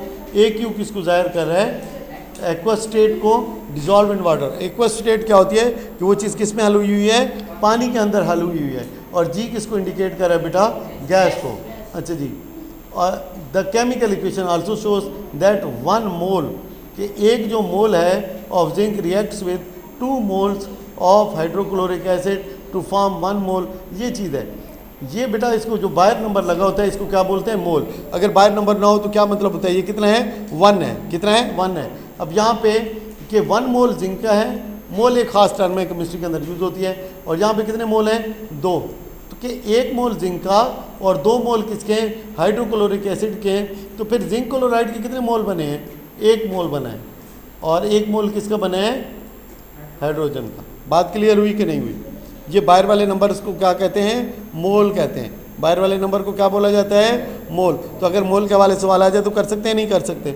अगर मैं पीछे आपको हीटिंग ऑफ शुगर का दिखाऊं, यहाँ पे देखें, अब यहाँ पे बेसिकली 1 मोल है शुगर का, 1 मोल है किसका, शुगर का। इसको जब हीट किया जाता है तो 12 मोल कार्बन और 11 मोल वाटर पैदा होता है। बात समझ लग गई कि नहीं लग गई? मोल के वाले से बात क्लियर हुई नहीं हुई? Next, physical and chemical properties. Physical और chemical properties. Physical properties are due to the physical behaviour of the substances. Physical properties किस वजह से होती हैं? फिजिकल बिहेवियर की वजह से। फॉर एग्जांपल, सब सब्सटेंसेज एग्जिस्ट इन सॉलिड। कुछ सॉलिड होते हैं, कुछ बेटा क्या होता है, सब्सटेंसेज लिक्विड होते हैं, और कुछ किस हालत में होते हैं, गैस में होते हैं, नॉर्मल हालात में, under normal temperature and pressure. Hand state is the physical property. जो स्टेट है वो क्या है बेटा, फिजिकल प्रॉपर्टी है। सिमिलरली इसी तरह से फिजिकल प्रॉपर्टीज और कौन कौन सी हैं? किसी चीज़ का कलर, उसका जायका, उसकी वो, उसकी इलास्टिसिटी, उसमें लचक कितनी है, स्ट्रेंथ, उसकी ताकत कितनी है, डेंसिटी, वो चीज़ गाढ़ी कितनी है, हार्डनेस, वो चीज़ सख्त कितनी है, उसका मेल्टिंग पॉइंट क्या है, उसका बॉइलिंग पॉइंट क्या है, सॉल्युबिलिटी। सॉल्युबिलिटी होती है कि कोई चीज़ दूसरी चीज़ में कितनी हल हो सकती है। अब कभी तेल को आपने पानी में हल होते हुए देखा है? तेल पानी में हल होता है? नहीं होता। इसका मतलब है जो ऑयल है वो सॉल्युबल नहीं है किसके अंदर, वाटर के अंदर। लेकिन क्या चीनी पानी में हल हो जाती है? बिल्कुल। तो इसका मतलब है sugar is soluble in water. यहाँ पे सॉल्युबिलिटी क्लियर हुआ कि नहीं हुआ? बाकी सारे पॉइंट्स तो ऑलरेडी आपको क्लियर थे। And conductance. अब कंडक्टेंस क्या होता है कि किसी चीज़ में से कोई दूसरी चीज़ पास हो सकती है कि नहीं हो सकती। जैसे लोहा है, उसमें से करंट पास होगा नहीं होगा? होगा ना। आयरन में से करंट पास होता है नहीं होता? बिल्कुल होता है। वाटर में से होता है? बिल्कुल होता है। लेकिन क्या रबड़ में से होता है? नहीं होता। लकड़ में से होता है? नहीं होता। तो ये क्या है? कंडक्टेंस है। ये क्या है? कंडक्टेंस है, कंडक्टिविटी है कि उसमें से चीज़ कंडक्ट होती है कि नहीं होती। ये सारी क्या है? फिजिकल प्रॉपर्टीज़ हैं। अब फिजिकल प्रॉपर्टीज़ को दोबारा देखते हैं कौन कौन सी चीज़ें शामिल हैं। अच्छा जी, स्टेट कि वो चीज़ लिक्विड है, सॉलिड है या गैस है। उसके बाद क्या है बेटा? टेस्ट, जायका कैसा है। उसके बाद क्या है? कलर, कलर कैसा है। उसके बाद ऑडोर, उसकी स्मेल कैसी है। उसके बाद इलास्टिसिटी, उस चीज़ में लचक कितनी है। स्ट्रेंथ, ताकत कितनी है। डेंसिटी, वो चीज़ गाढ़ी कितनी है। हार्डनेस, सख्त कितनी है। मेल्टिंग पॉइंट कितने हैं, बॉइलिंग पॉइंट कितने हैं। और उसके बाद सॉल्युबिलिटी, क्या वो चीज़ दूसरी चीज़ में हल हो सकती है कि नहीं हो सकती। कंडक्टेंस, क्या वो चीज़ कंडक्टर है या इंसुलेटर है, उसमें से करंट गुजर सकता है कि नहीं गुजर सकता, उसमें से हीट गुजर सकती है कि नहीं गुजर सकती। ये सारी कौन सी प्रॉपर्टीज़ हैं बेटा? फिजिकल प्रॉपर्टीज़ में आते हैं। अब थोड़ा थोड़ा इनको देखते हैं जी। Okay, hardness. Hardness of a material is the ability to withstand scratches and wear. Hardness कैसे पता चलता है कोई चीज़ हार्ड है कि नहीं है? दो चीज़ों को आपस में रगड़ें, दो चीज़ों को आपस में रगड़ें। अब जिस चीज़ के ऊपर स्क्रैच पड़ जाए वो सॉफ्ट है, और जिसने स्क्रैच डाला है वो उसके मुकाबले में क्या है? हार्ड है। तो जी, a substance can scratch all other substances that are softer than it but can not scratch those that are harder. ठीक है, एक सब्सटेंस जितने भी सॉफ्ट होते हैं ऑब्जेक्ट, उन सबको क्या कर सकता है? स्क्रैच कर सकता है, लेकिन उसको स्क्रैच नहीं कर सकता जो उससे क्या होगा? हार्ड होगा। उसके बाद डायमंड एंड ग्रेफाइट और 2 फॉर्म्स ऑफ कार्बन। डायमंड और ग्रेफाइट क्या है? ये कार्बन की 2 किस्में हैं। ये भी एक सवाल है, ये भी एक MCQs है। ठीक है, कि डायमंड और ग्रेफाइट क्या है? ये कार्बन की 2 किस्में हैं। Diamond is extremely hard, diamond बहुत ही ज़्यादा हार्ड होता है। And can only be cut by other diamond, और किसको किसी दूसरे डायमंड से ही काटा जा सकता है। ग्रेफाइट इसके मुकाबले में क्या है बेटा? सॉफ्ट है। ठीक है, अच्छा जी आगे चलें। The iron nail scratches the plastic. इसी तरह से आप लोहे के जरिए प्लास्टिक पे स्क्रैच डाल सकते हैं। क्या प्लास्टिक वाली चीज़ लोहे पे स्क्रैच डालेगी? बिल्कुल भी नहीं डालेगी। तो कार्बन की 2 मिसालें बयान करें, एक क्या है? डायमंड, और दूसरी क्या है बेटा? ग्रेफाइट। उसके बाद है सॉल्युबिलिटी। बता चुका हूँ पहले कि जो चीज़ दूसरी चीज़ में हल हो जाती है उसे कहते हैं उसकी सॉल्युबिलिटी। अब इसमें यह देखना है, जो चीज़ ज़्यादा होती है उसे बोलते हैं सॉल्वेंट। उसे क्या बोलते हैं? सॉल्वेंट। जो चीज़ मिकदार में ज़्यादा होती है। अब यहाँ पे नमक ज़्यादा है या पानी ज़्यादा है? तो पानी क्या होगा बेटा? सॉल्वेंट। और नमक क्या होगा? सोल्यूट। क्या बोलते हैं उसको? जो चीज़ कम होती है उसे सोल्यूट बोला जाता है, जो चीज़ ज़्यादा होती है उसे कहते हैं सॉल्वेंट। लेकिन कोई अगर सोल्यूशन गिवन हो, अगर कोई सोल्यूशन गिवन हो तो उसको उसके सोल्यूट के नाम से पहचाना जाता है। जैसे क्या बोलेंगे? Salt solution, sugar solution. अब पानी का नाम नहीं है इसके अंदर। ठीक है, तो सोल्यूशन कोई भी किस नाम से पहुंचाने जाता है, अपने सोल्यूट के नाम से। अगर लिखो 5% शुगर सोल्यूशन, अब इसका मतलब है इस सोल्यूशन के अंदर जो शुगर है वो कितनी है, 5% है, ठीक है। उसके बाद है the solubility of a substance is the maximum amount of that substance which can be dissolve in 100 gram of the solvent at a particular temperature और प्रेशर। एक ख़ास टेम्परेचर और प्रेशर पे जो चीज़ 100 ग्राम वाटर में डिजॉल्व हो जाती है, ठीक है, किसके अंदर 100 ग्राम। आप वाटर मतलब है कि यूनिवर्सल सॉल्वेंट है, तो कोई भी सॉल्वेंट, एनी सॉल्वेंट, किसी भी सॉल्वेंट में, लेकिन सॉल्वेंट की मिकदार कितनी लेंगे, 100 ग्राम। उसमें अब दूसरी चीज़ जितनी हल हो रही है, जितनी चीज़ उसके अंदर डिज़ोल्व हो रही है, तो वो उस चीज़ की क्या कहलाएगी, सॉल्युबिलिटी। और ये किस चीज़ पे लेना है, नॉर्मल टेम्परेचर और प्रेशर। प्रेशर और टेम्परेचर क्या होता है, नॉर्मल होता है। टेम्परेचर क्या होता है, रूम टेम्परेचर होता है। और प्रेशर क्या होता है, नॉर्मल एटमॉस्फेरिक प्रेशर होता है, जिसके ऊपर आप किसी चीज़ को चेक करते हैं। अब सॉल्वेंट क्या होता है कि 100 ग्राम कैसे चेक करेंगे सॉल्युबिलिटी, सॉल्वेंट लेंगे कितनी मिकदार में, 100 ग्राम। सॉल्वेंट की कितनी मिकदार में लेंगे, 100 ग्राम। अब उसमें जो चीज़ आपने हल करनी है वो उसके अंदर डालते जाएंगे, क्या करेंगे, डालते जाएंगे। जो फिर जितनी मिकदार हल हो जाए और फिर उससे ऊपर हल ना हो सके, उसे क्या कहेंगे, उसकी सॉल्युबिलिटी। उसे क्या कहेंगे, उसकी सॉल्युबिलिटी, कि इसकी सॉल्युबिलिटी कितनी है, वो मिकदार जो 100 ग्राम सॉल्वेंट में अंडर नॉर्मल टेम्परेचर और प्रेशर हल हो जाती है। बात क्लियर हो गई, आगे चलते हैं। अच्छा जी, अगर कोई चीज़ दूसरी चीज़ में हल नहीं होती, अगर कोई चीज़ दूसरी चीज़ में हल नहीं होती, उसको क्या बोलते हैं, वो क्या है, इसमें इनसोल्यूबल है, वो उसके अंदर क्या है, इनसोल्यूबल है। उसके बाद क्या है जी, यहाँ पे देखें, आपने क्या लिया है, शुगर लिया है, इसको एक्टिविटी को छोड़ दें, तो मेल्टिंग पॉइंट। नेक्स्ट क्या है, मेल्टिंग पॉइंट। लेकिन लाजमी नहीं होता कि एक चीज़ एक में सोल्यूबल नहीं है तो दूसरी में भी नहीं होगी। बात आप समझ रहे हैं, अगर एक चीज़ एक में सोल्यूबल नहीं है तो लाजमी नहीं होता कि दूसरी में भी सोल्यूबल ना हो, वो हो सकता है किसी और चीज़ में सोल्यूबल हो। मेल्टिंग पॉइंट क्या होता है, मेल्टिंग पॉइंट वो पॉइंट है जिसके ऊपर कोई चीज़ मेल्ट हो जाती है। तो melting point is the specific temperature for a solid at which it begins to melt. तो जिसके ऊपर कोई सॉलिड चीज़ क्या होने लगती है, मेल्ट होने लगती है, मतलब लिक्विड में कन्वर्ट हो जाती है। किस में कन्वर्ट होने लगती है, लिक्विड में। उसे कहते हैं उस चीज़ का मेल्टिंग पॉइंट। अच्छा जी, मेल्टिंग पॉइंट वाटर का कितना है बेटा, 0 सेंटीग्रेड है। कितना है, 0 सेंटीग्रेड है। अगर आप बर्फ़ को 0 सेंटीग्रेड पे रख दें तो वो क्या हो जाएगी, मेल्ट होकर किस में चेंज हो जाएगी, वाटर में चेंज हो जाएगी।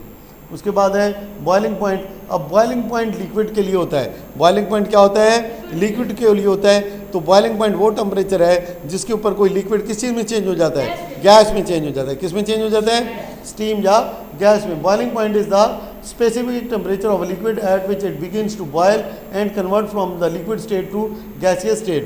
तो ये वो टेम्परेचर है जिसके ऊपर कोई लिक्विड क्या होता है, बॉयल होने लग जाता है और लिक्विड से किस स्टेट में चला जाता है, गैसियस स्टेट में। पानी का जनाब अली बॉइलिंग पॉइंट क्या है बेटा, 100 सेंटीग्रेड है। कितना है, 100 सेंटीग्रेड है। Next we have chemical properties.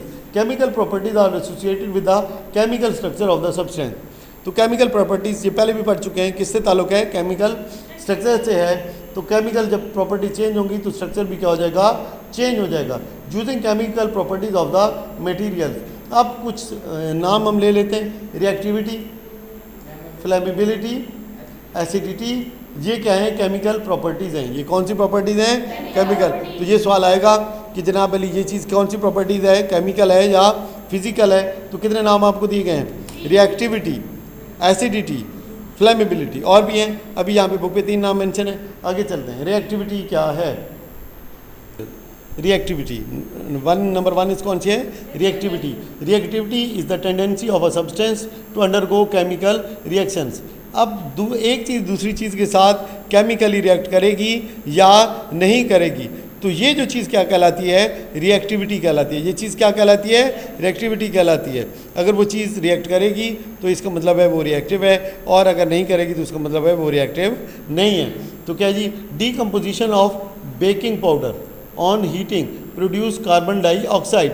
कि जब आप बेकिंग पाउडर को बेटा क्या करते हैं, हीट करते हैं, तो क्या पैदा होता है, कार्बन डाइऑक्साइड पैदा होती है। Due to this property baking powder is use in the materials of bakery products. इसी वजह से जो बेकिंग पाउडर है किस में शामिल किया जाता है बेटा? बेकरी की प्रोडक्ट में शामिल किया जाता है। तो बेकिंग पाउडर को जब हीट किया जाता है तो क्या चीज़ पैदा होती है? Carbon dioxide. इस प्रॉपर्टी की वजह से बेकिंग पाउडर को यूज़ किया जाता है बेकरी प्रोडक्ट्स के अंदर।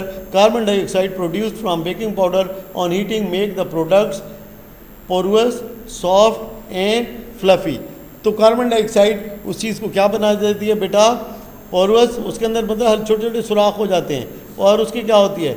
सॉफ्ट भी होती है, और क्या होती है? फ्लफी भी होती है, ठीक है ना, भुरभुरी होती है। Chlorine is used in detergents.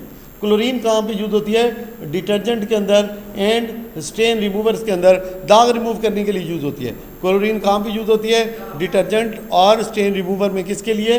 दाग रिमूव करने के लिए। Due to its bleaching nature, अपने कौन सी नेचर की वजह से? ब्लीचिंग नेचर की वजह से। In the presence of moisture, this property of chlorine and other substances in the detergent is used for cleaning laundry and other washing purposes. तो यही वजह है कि क्लोरीन के डिटर्जेंट, ये सर्फ वगैरह हो गए, बाकी चीज़ें हो गई, जो किसके लिए यूज़ होते हैं? धोने के इस्तेमाल के लिए, ठीक है। कपड़े वगैरह धोने के लिए सर्फ में, साबुन में किसका इस्तेमाल किया जाता है? क्लोरीन का इस्तेमाल किया जाता है। किसका इस्तेमाल किया जाता है? क्लोरीन का इस्तेमाल किया जाता है। किस वजह से ये चीज़ रिमूव कर देती है? इसकी नेचर क्या है क्लोरीन की? ब्लीचिंग नेचर है। क्या नेचर है? ब्लीचिंग नेचर है। हमने बेकिंग पाउडर में देखा कि कार्बन डाइऑक्साइड क्या करती है? प्रोडक्ट्स को क्या बना देती है? सॉफ्ट, फ्लफी एंड पोरुअस, ठीक है। और जो क्लोरीन है उसकी नेचर क्या है? ब्लीचिंग नेचर है। इसकी वजह से ये कहाँ यूज़ हो जाती है बेटा? डिटर्जेंट वगैरह के अंदर। किसके अंदर? डिटर्जेंट वगैरह के अंदर, स्टेन्स को रिमूव करने के लिए। नेक्स्ट हमारे पास रिएक्टिविटी हो गई। रिएक्टिविटी का क्या मतलब है? कि सब्सटेंस की वो क्वालिटी कि वो दूसरी चीज़ के साथ मिलकर क्या कर सकें? रिएक्ट कर सकें। नेक्स्ट हमारे पास क्या है? एसिडिटी। एसिडिटी तेजाबियत को कहते हैं। क्या कहते हैं? तेजाबियत को कहते हैं। Acidity in stomach produced due to hydrochloric acid in gastric juice is used in digestion of food. कि जो हमारे स्टमक में एसिड होता है उसका क्या नाम है? ये मैं पहले पढ़ा चुका हूँ, हाइड्रोक्लोरिक एसिड है। और ये कहाँ से आता है बेटा? गैस्ट्रिक जूस से आता है। और ये किस काम के लिए यूज होता है? Digestion of food. किसके लिए? डाइजेशन ऑफ फूड, खुराक को हजम करने के लिए। Acidity produced by acidity regulators help to preserve the original taste and colour of food product. उसके बाद एसिडिटी को किसके लिए यूज़ किया जाता है? जो फूड का ओरिजिनल टेस्ट है, जो ओरिजिनल टेस्ट है फूड का और कलर है, उसको प्रिजर्व करने के लिए कौन सी चीज़ यूज़ की जाती है बेटा? एसिडिटी का इस्तेमाल होता है। किस चीज़ का इस्तेमाल होता है? एसिडिटी का। किस काम के लिए? फूड को प्रिजर्व करने के लिए, फूड के टेस्ट को प्रिजर्व करने के लिए। किसको? फूड के टेस्ट को, उसके जायके को, ठीक है, और उसके कलर को प्रिजर्व करने के लिए क्या, कौन सी चीज़, केमिकल प्रॉपर्टी यूज़ की जाती है? Acidity. It also prevents the growth of dangerous micro organisms in preserve food. ये जो बैक्टीरिया वगैरह हैं ये भी उस स्टोर फूड में नहीं शामिल हो सकते। एसिडिटी की वजह से एसिडिटी क्या करती है? जो माइक्रो ऑर्गेनिजम्स हैं उनकी फूड के अंदर एंट्री को रोक देती है। जो प्रिजर्व फूड है, जो स्टोर्ड फूड है, उसके अंदर माइक्रो ऑर्गेनिजम्स एसिडिटी की वजह से ग्रो नहीं कर सकते। तो एसिडिटी की समझ लग गई। एसिडिटी कहाँ कहाँ यूज़ हो रही है? नंबर 1 हमारे मैदे के अंदर फॉर डाइजेशन ऑफ फूड। कहाँ से आता है? From hydrochloric acid. वो कहाँ से आता है? गैस्ट्रिक जूस से आता है। सेकेंडली, ये फूड की प्रिजर्वेशन में फूड के कलर को और फूड के टेस्ट को प्रिजर्व करने के लिए और माइक्रो ऑर्गेनिज्म की ग्रोथ को रोकने के लिए इस्तेमाल होती है। नेक्स्ट क्या है हमारे पास? फ्लेमेबिलिटी। नेक्स्ट क्या है? फ्लेमेबिलिटी, आग लगना, कि कौन सी चीज़ कितनी जल्दी आग पकड़ सकती है। Flammability is the ability of a substance to burn. ये है कि कोई चीज़ कितनी जल्दी जलेगी, उसको क्या कहते हैं? उसकी flammability. Burning of acetylene with oxygen produces a high temperature flame used for welding and cutting of metals। क्या जी? किस चीज़ को जलाएंगे? एसिटाइलिन को जलाएंगे। किसको जलाएंगे? एसिटाइलिन को। किसके साथ? ऑक्सीजन के साथ। क्या होगा? हाई टेम्परेचर फ्लेम होगा। हर फ्लेम का टेम्परेचर डिफरेंट होता है, याद रखिएगा। लकड़ी से जो फ्लेम होगा टेम्परेचर डिफरेंट, गैस से जो फ्लेम होगा टेम्परेचर डिफरेंट, जो ऑयल से टेम्परेचर होगा फ्लेम होगा उसका टेम्परेचर डिफरेंट। तो एसिटाइलिन किसके साथ रिएक्ट करती है? ऑक्सीजन के साथ। तो फ्लेम बनता है किस किस्म का? High temperature. किस काम के लिए यूज होता है? Welding and cutting of metals, किसके लिए? Welding and cutting of metals. Next हमारे पास है using physical properties of the material. हमने केमिकल प्रॉपर्टीज यूज़ करके देख ली, अब क्या यूज़ करने जा रहे हैं हम? Physical properties of the materials. हाँ जी, नेक्स्ट हम कर रहे हैं फिजिकल प्रॉपर्टीज़ को। फिजिकल प्रॉपर्टी मैंने आपको पहले ये अच्छे से बता दिए हैं, ये सारी क्या फिजिकल प्रॉपर्टीज़ हैं, उनमें से कुछ को देखते हैं कि हम। कंडक्टिविटी, नेक्स्ट है conductivity. Conductivity is the physical property of metals to conduct electric current through them.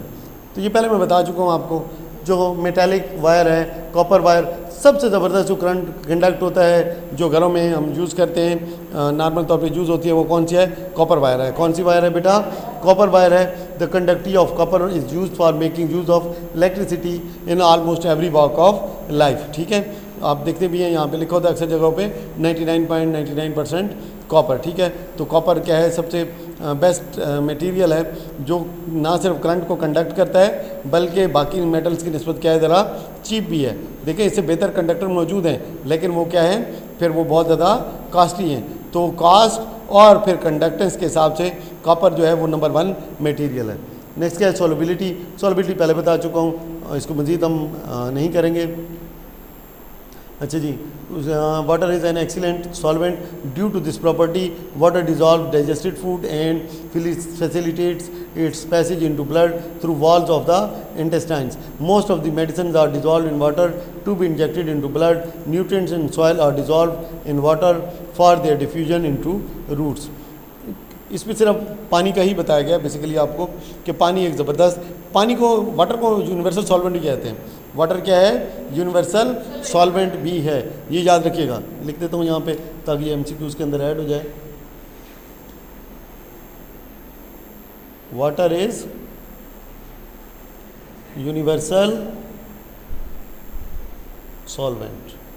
ठीक है जी, क्योंकि ये बहुत ज़्यादा चीज़ों को अपने अंदर हल कर लेता है, डिज़ोल्व कर देता है। जैसे फूड है, फूड क्या पानी के अंदर क्या हो जाता है? डिज़ोल्व होता है, और फिर बॉडी के अंदर इसकी मिक्सिंग क्या होती है? आसान हो जाती है। इसी तरह से जो मेडिसन है वो पानी के अंदर डिज़ोल्व हो जाती हैं और बड़े आराम से फिर बॉडी का हिस्सा बन जाती हैं। उसके बाद क्या है जी, जो न्यूट्रिएंट्स हैं सॉइल के अंदर हैं वो भी पानी के अंदर डिज़ोल्व हो जाते हैं और फिर डिफ्यूजन के ज़रिए कहाँ पहुँच जाते हैं? रूट्स के अंदर पहुँच जाते हैं। डिफ्यूजन वो प्रोसेस है जिसमें एक चीज़ जहाँ पे वो ज़्यादा मिकदार में मौजूद है उससे उस तरफ मूव करती है जिस तरफ वो कम मिकदार में है। नेक्स्ट है फ्रीजिंग पॉइंट।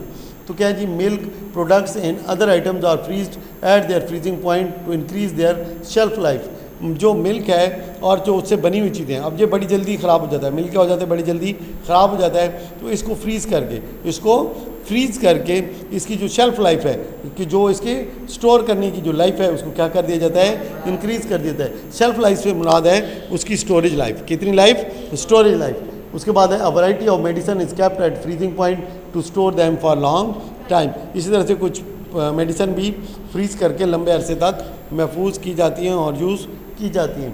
नेक्स्ट क्या है जी, boiling point during fractional distillation of crude oil. अब ये क्रूड ऑयल से प्रोडक्ट बनाने का काम है।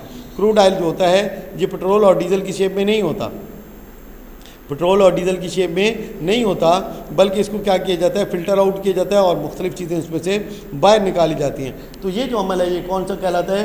Fractional distillation of crude oil. Different components जैसे नेचुरल गैस, पेट्रोल है, डीजल है, are separated at their boiling points. इनको किस तरह से अलहदा किया जाता है? बॉइलिंग पॉइंट के ऊपर क्या किया जाता है बेटा? अलहदा कर दिया जाता है, सेपरेट कर दिया जाता है। क्रूड ऑयल वो ऑयल है जो हम ज़मीन से हासिल करते हैं, ये नेचुरल प्रोडक्ट है। क्या प्रोडक्ट है? नेचुरल प्रोडक्ट है। फिर इससे डीजल हो गया, पेट्रोल हो गया, नेचुरल गैस हो गई, ये सारी चीज़ें क्या की जाती हैं? अलहदा की जाती हैं। अच्छा जी, उसके बाद है when rocks become extremely hot they transform into a liquid called magma और लावा। जब रॉक्स एक्सट्रीमली गर्म हो जाती है उसको क्या बोला जाता है? मैग्मा बोला जाता है, या क्या बोला जाता है? लावा। ये रॉक की लिक्विड फॉर्म है। रॉक की क्या है? लिक्विड फॉर्म है, बहुत ही गर्म होता है। वो आपने देखा भी होगा लावा वगैरह, तो टीवी में आपने कई दफ़ा देखा भी होगा लावा को बहते हुए। क्या है? Prevention of rusting. कैसे जंग से बच सकते हैं? देखें, जंग से कैसे बचा जा सकता है। तो रस्टिंग के लिए आपको आयरन चाहिए और क्या चाहिए? ऑक्सीजन चाहिए। अगर किसी तरह से आप इनके मिलाप को रोक देंगे तो क्या होगा बेटा, रस्टिंग नहीं होगी, रस्टिंग नहीं होगी। Let's see how can we do it. Apply oil. अब जब आप उसके ऊपर ऑयल लगा देंगे, आयरन के ऊपर आप क्या लगा देंगे, ऑयल, तो ऑक्सीजन डायरेक्ट कंटेक्ट नहीं बना सकेगी क्योंकि बीच में ऑयल मौजूद है। बीच में क्या है, ऑयल मौजूद है, रस्टिंग नहीं होगी, रस्टिंग नहीं होगी। Applying paint. अब उसी तरह से आयरन के ऊपर आप पेंट लगा दें, अब भी ऑक्सीजन कंटैक्ट नहीं कर सकेगी आयरन के साथ और रस्टिंग नहीं होगी। नेक्स्ट बेटा हमारे पास क्या है, फॉर्मिंग अलाई।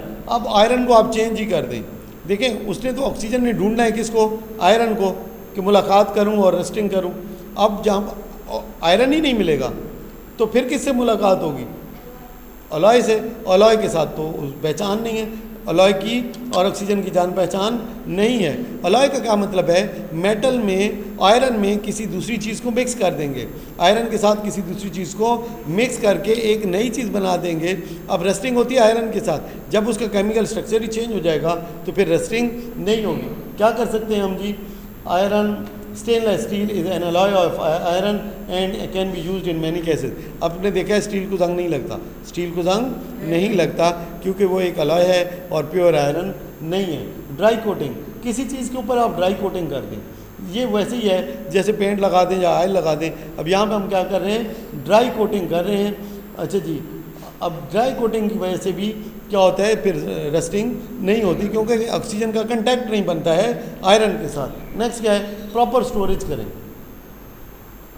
प्रॉपर स्टोरेज से क्या मुराद है, उसको ड्राई जगह पे रखें। कहाँ पे रखें, ऐसी जगह पे रखें जो ड्राई है, जहाँ पे मॉइस्ट एयर ना हो, जहाँ पे मॉइस्ट एयर ना हो, क्योंकि मॉइस्ट एयर का होना ज़रूरी है, मॉइस्ट एयर का होना ज़रूरी है।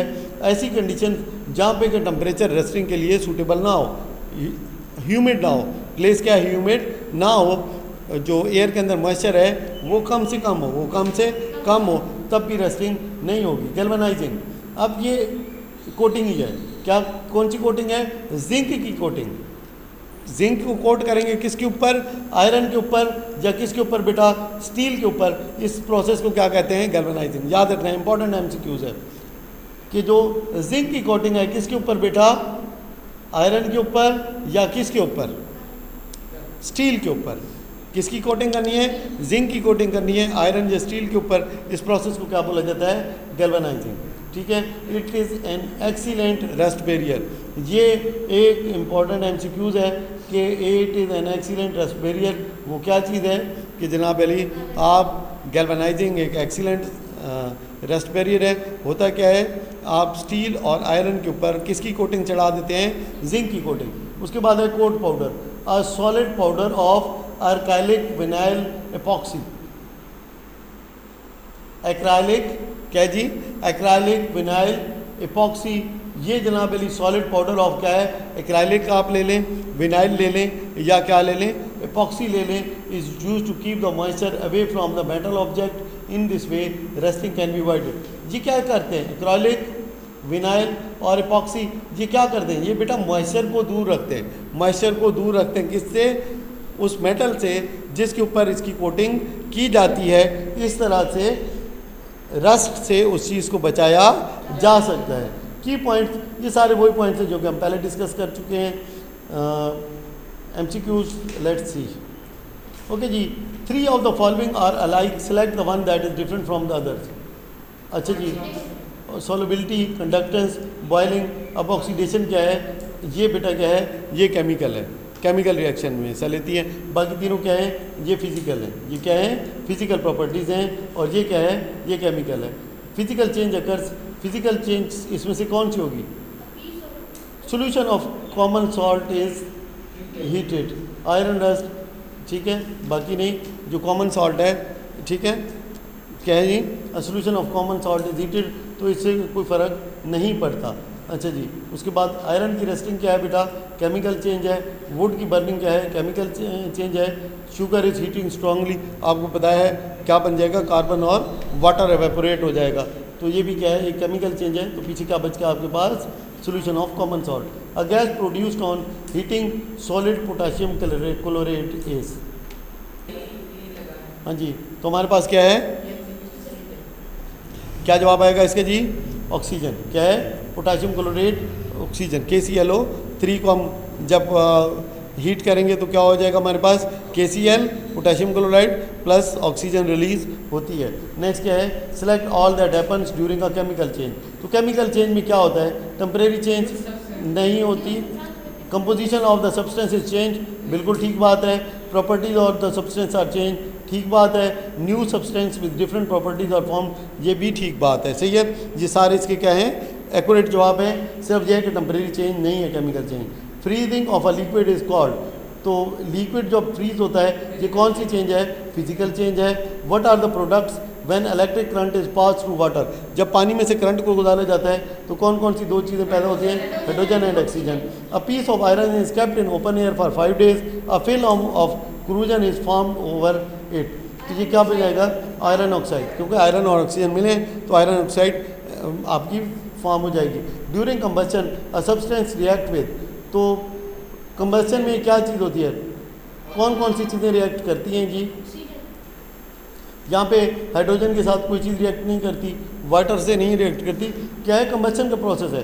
क्या होता है, फ्यूल को आप रिएक्ट कराते हैं किसके साथ, ऑक्सीजन के साथ। ये कार्बन डाइऑक्साइड नहीं है, इसका जवाब क्या है, ये ऑक्सीजन है, जो कि मेरे ख्याल में ये टाइपिंग मिस्टेक है, इसके ऊपर इन्होंने डी लगाना चाहिए था। नेक्स्ट है the temperature at which a liquid vapour pressure is equal to the external pressure surrounding the liquid. तो ये क्या होता है जी, बॉइलिंग पॉइंट होता है। उसके बाद नेक्स्ट हमारे पास क्या है, silver plus hydrogen sulphide plus oxygen, तो ये क्या है, टॉर्निशिंग का अमल है। वेरी गुड यार, एक्सीलेंट माशाल्लाह। डिफाइन द फॉलोइंग, तो ये चीज़ें आप पहले सारी कर चुके हैं इसके अंदर। कंप्लीट द फॉलोइंग, ये भी सारी आप लोग इसके अंदर देख चुके हैं। उसके बाद ये एक्सरसाइज में मज़ीद कोई ऐसी चीज़ नहीं है, इंशाल्लाह इसको मैं फिर MCQs के अंदर भी क्लियर कर दूंगा जो नेक्स्ट आपका पेपर होगा तो उसके अंदर।